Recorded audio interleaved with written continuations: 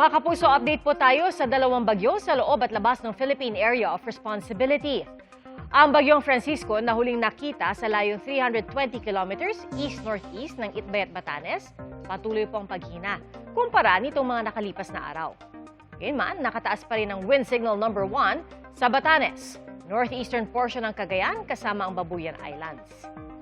Ayon sa Pag-asa, posibleng lumabas na ito sa PAR bukas ng hapon o gabi. At sunod nitong tutumbukin ang southern portion ng Japan.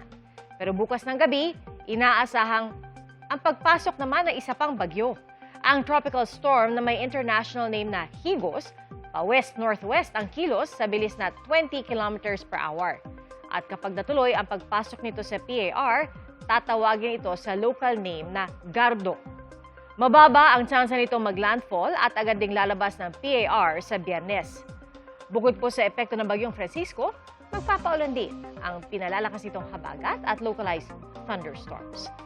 Base po sa datos ng Metro Weather, umaga bukas may tsansa na ng ulan sa Central at Southern Luzon.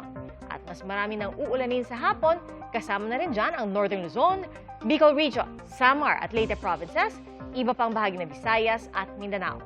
May malalakas na ulan na pwedeng magpabaha o magdulot ng landslide. At nananatiling mataas ang tsansa ng ulan sa Metro Manila, kaya magdala po ng payong at maging handa rin sa posibleng baha kung magtutuloy-tuloy ang pag-ulan.